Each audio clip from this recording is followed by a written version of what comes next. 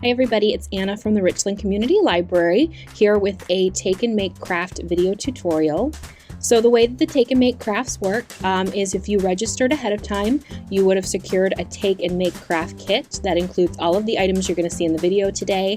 If you did not get a chance to register, or if you went to register and we were all booked up, no worries, you can definitely do the craft on your own. You would just be responsible for securing your own supplies.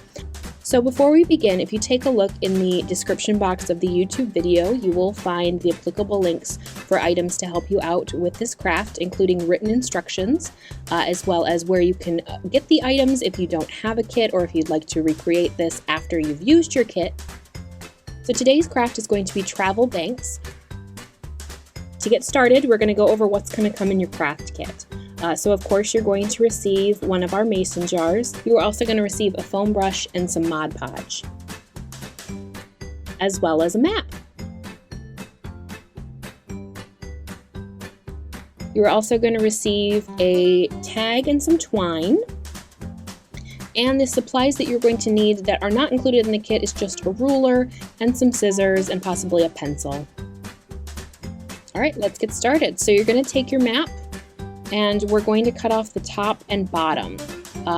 So if a regular piece of paper is 8.5 by 11, you're going to want to cut off just the sides to make it a little bit more narrow. But you're going to want to leave the height to the paper because the height is going to be the perfect size to fit around the curvature of the mason jar. All right, then we're going to flip the paper over and we're going to mark off about 1 inch sections along the bottom of the paper. Then we're going to take our ruler and we're going to draw straight lines just to make those 1 inch strips easier to cut. So once we have those lines drawn, we're going to go ahead and take our scissors and we're going to cut those lines. All right, now that you have all of your 1 inch strips cut, you're going to put them to the side. Make sure you keep them in order because you're going to be going around the jar and you're going to want to make sure that you have all the pieces that you're going to need in order. So you're going to take the Mod Podge and your foam brush and just paint on a nice layer onto the glass of the jar. You want to make sure that the paper is going to stick, but you also don't want to oversaturate it. So just give a nice single layer. You're going to take your piece of map and line it up. You want to make sure that you're getting as much of the map as you can on the jar. Obviously, we're going to have to trim the top and bottom, so that's fine. Save that for the white space. When you have one piece of map glued on, you're going to go with another layer of Mod Podge and lay the next piece of map, lining it up. Great thing about using maps is a lot of times they have longitude and latitude lines, so it makes it a little easier for you to match them up.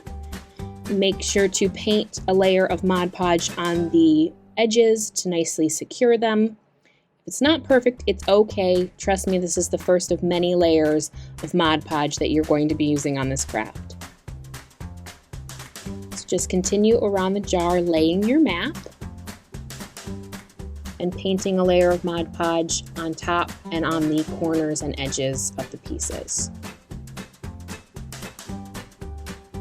Now when you get to the back side of the map, like I mentioned before, with a full piece of paper, you're going to end with a section that you're going to need that white space of the paper for. So just lay those to finish off your jar.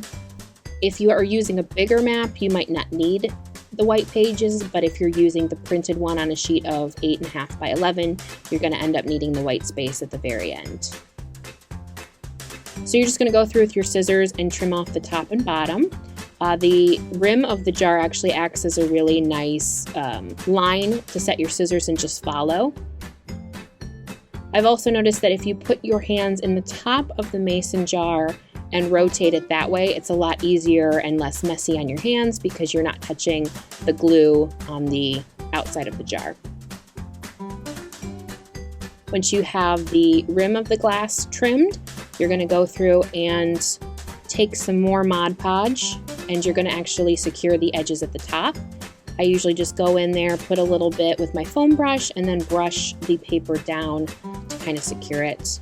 This step is a little bit more messy, but it's okay because the beauty of Mod Podge is that it dries clear.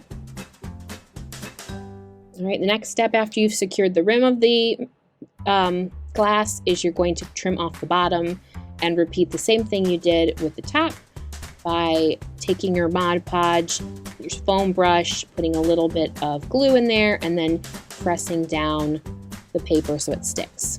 So this is the reason we've cut it into these little strips, is so that it will lay easier on a curved surface. So the next step, you're going to take the rest of your Mod Podge and you're going to dilute it with a little bit of water.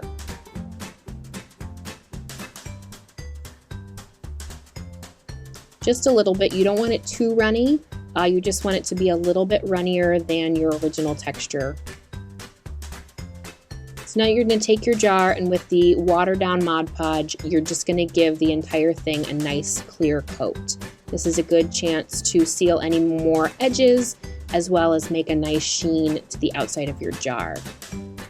It's important to do a nice thin layer and to do it rather quickly. You don't want to submerge your paper in the watery glue because you don't want it to get crumply. So you're just going to want to make sure to brush a nice thin layer rather quickly over the top of the entire map. All right, now you're going to set this to dry. Next thing is you're going to get your tag and you're going to write a little note. So my map was Hawaii. Love to take a trip there. So I just wrote Hawaii on there. You can get as creative as you want. You can use some stamps. You can draw some art. And then that's it. So this is one I made before. This is Europe. I just wrote European Vacation Fund. You can write anything you want, but there you go. That's how you make a travel bank out of a mason jar. Thank you for joining us for the Take and Make Craft from the Richland Community Library.